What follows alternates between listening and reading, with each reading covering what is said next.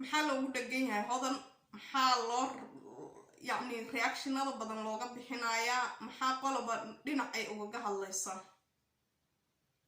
السلام عليكم ورحمة الله وبركاته. وإذن السلام قيرت شرفت لما يلقصتو دونيدا دعلة دي دافيادات كتوكتان وغرينتي وغلصلي حبيبكينا محمد صوبانيهنا صلى الله عليه وسلم.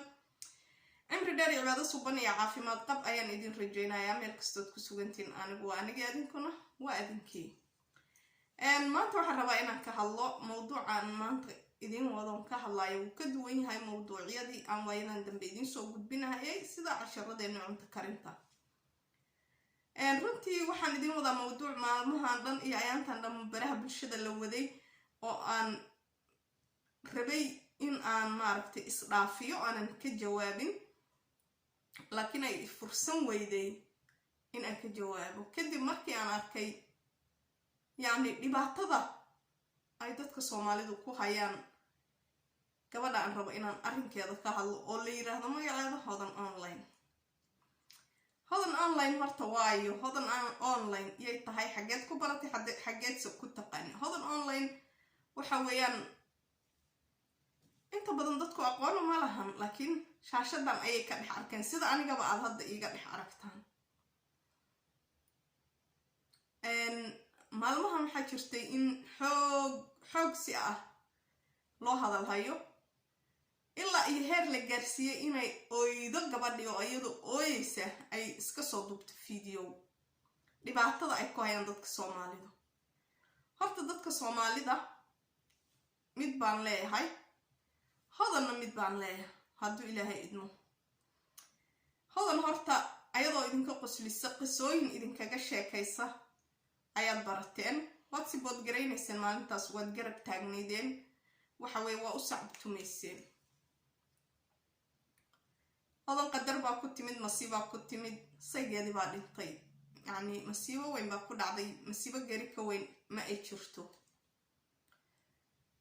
saygeedii baa dhintay, hooyo agoon haysatay noqotay, hooyo asee qaaday bay noqotay, qof ay dhibaataya dhaawac gaaray bay noqotay.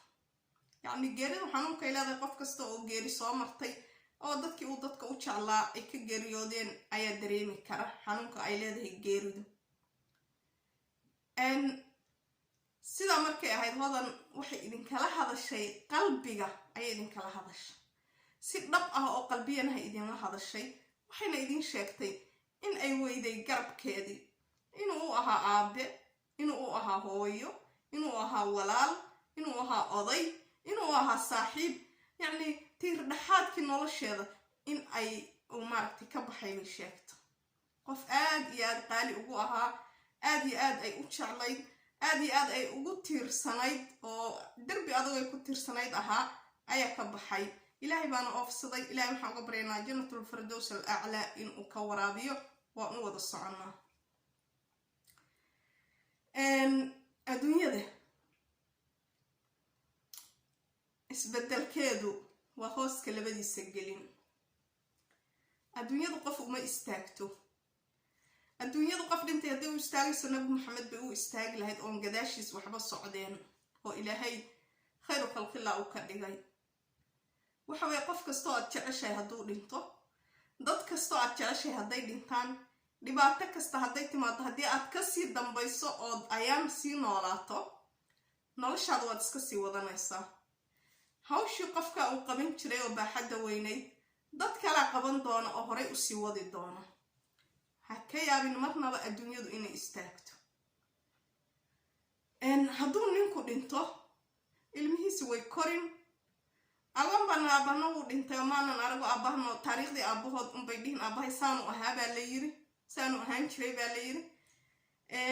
gabadhu nin kalay guursan, haddii alaf alla ugu daro caruuro kalay dhalin, lifekeeda iska sii wadan.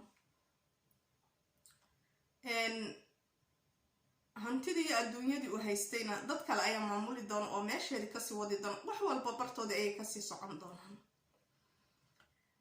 gabadha markii ninkeeda uu dhintay waxaa la gaaray xilligii asay dhigeeda. asaydiiba iska dhigta. waxaan arkaya dad badan oo wado oo dhahaya taash bay xiratay, aroosad bay u ekayday, indhahay baallo soo suratay. indhaha weligeed bay baallo hodan soo suran jirtay. ayadoo indhaha baalluhu u saaran yihiin baad barateen. aniga markii aan bartay ugu horeysay baalasheeda indhaha way u saarnaayeen meekabkeeda wuu u marsanaa gabar halkaas waxay ahayd dadkeedaas garanaysaa baraha bulshada ku jira ka mid ah bay ahayd wax gooniho ay kaga duwaneyd ma aysan jirin اللهم صل على محمد بربان بالتمي waxa la yiri baalay soo qof ninkeeda dhinta uma war ninkii uu dhintay ilaahay baa qaatay gabadhan 4 bilood iyo 10 bari in ka badan bay asaysiday ay gurub ku jirtay ay murugeysnayd ay cid la joogtay ayna familkeedii ehelkeedii iyo dadkeedii la joogin ay ku murugeysnayd guri ilaaho ninkeedii ku geeriyooday oo xasuuso badan ay qalbigeeda ku soo noqonayeen kadibna de maanta waqtigaas ayda hadii la gaaray in asayda iska dhigto way fiicnay hayawaana la joogay waqtigeeda qaabka ay u jeclaysatay bay u dhigato way u qurxoonayd in ay maaragtay ilmaheedii ayadu ay quraan isa saaraan wadaadkii ilaahay ha u naxariisto loo aqriyo maaragtay quraan oo loo duceeyo si yaroo degan laakiin ayadu sidii ay ka heshay bay ku dhigato qofkuna choicekiisa asaga iskale maahan in lagu dhaleecayo kabacdi waxaa dhacday hodan inay dhooftay ay wadanka ka tagtay ay qabatay reerkoodii iyo faamilkoodii gabadhii waxaa arkay haddana la kala wado la leeyahay dirac bay soo xiratay way heesay isa soo saartay hodan ninkeedoo nool bay heeso iska soo yacni isa soo dul saari jirtay goormay hodan idin wacdin jirtay ayadoo idin wacdinaysa oo qaala allahu tacaala idin dhahaysa aad aragteen anigu weligay ma arkin haddaad idinku aragteen hodan dhalinyaradeedaas waxay ka mid ahayd baraha bulshada iska dhex dabaalanaysa oo heesahooda iyo tiktoka meelahaas iska soo duuduuba yacni ma aragan waa iyadoo qaawan laakiin dadkeedaas iska caadigaabay ku jirtay qof la leeyahay maanta wadaad bay ahayd oo shareerey qabtay oo wacdi bay soo gelin jirtay ma ahayn edab darre iyo akhlaaq xumana kuma arkin wax idinka baxsanahay soomaaliya ma lahan qisooyin bay idin soo gudbin jirtay waxaad dhihi jirteen filimaan ay soo daawatay bay noo soo turjuntaa ay nooga dhigtaa qiso nooga dhigtaa qofka dhaawacaba intaa midida gelisaan baa ku dhaqdhaqaajisaan waaba dabeecadiin iyo dhaqankiina gabadha maskiinta waad ka oohiseen waxay idin tiri waxaan u cararay inaan guriga intaan ku dhex waasho ilmaha layga qaataan ka baqay inaan faamilkayga iyo waalidkayga waalidiinta aado oo niyadda kusoo degsado darteed baan u tegay qalbiga idinkala hadlaysaan waad ka oohinaysaan war inaad dad cunaysaan jiirkooda maahan ood qofba maalin ku dhegan tihiin ma taqaanaan miya ilaahay horti inaad wax u raadsataan gabadha maskiinta iska dhiga iska dhaafa ilaahayna uga baqa wax ay idin dhintay ma lahan lifekeeday wadataa waxaa rabteen inay isdhiibto guriga hadday ku xirnaata ama istaraysta waxaad dhihi lahaydeen ninkiibay u waalatay oo ku istaraysa waabad lahaydeen oo ninkiibay ka daba waalatay hadday farxad iyo nolol iyo qurux la soo baxdana waxaad leedihiin ninkeedii inuu dhintay ma moodid oo been bay ahayd waxay sheegayso lahayd ninkayga waa jeclaa haddaa marka maxay samayn lahayd dhinacna ileen uma ogolidin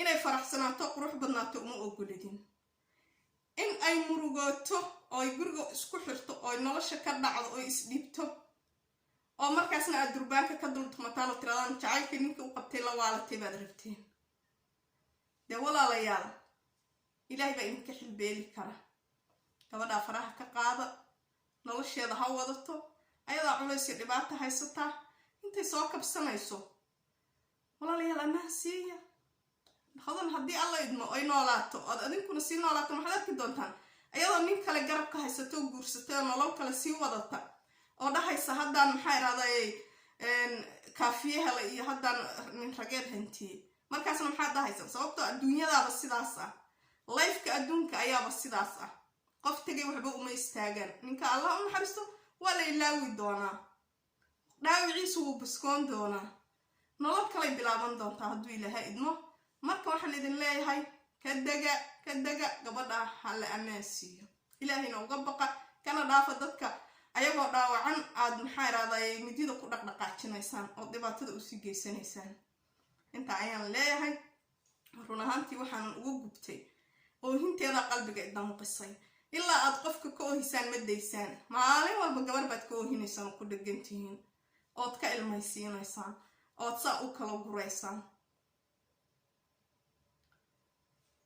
dad badan bay ka fiican tahay, nolosheeday wadataa, ilmaheeday haysataa, laakiin adinku waxaad rabtaan hadduu qofku wanaag sameeyo faar baad ka keenaysaan, hadduu xumaan sameeyo sidoo kale dhan la idinkaga baxsanayo maryooley ma jirto. ilaahay baa idinka xilbeeli kara. ammaan siiya gabadha, danaheeda iyo arrimaheeda u gaarkaabay wadataa, qawiyad weeye, farxadda u diidan tihiin ka gabiya oo ka dhima culayska aad ku haysaan barasharka.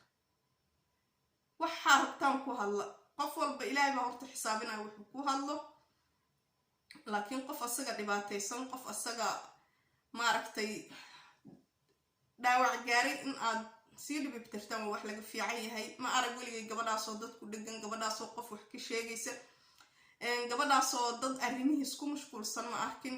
laakiin adinku waad ku mashquulsheen maadaama ay qof caana tahay oo aad rabtaan in aad fiis ku raadsataan. ilaahay xaqa hana waafajiyo. waxaanan idin leeyahay gabadha daaya, ayadana hodan waxaan leeyahay hodanay insha allah.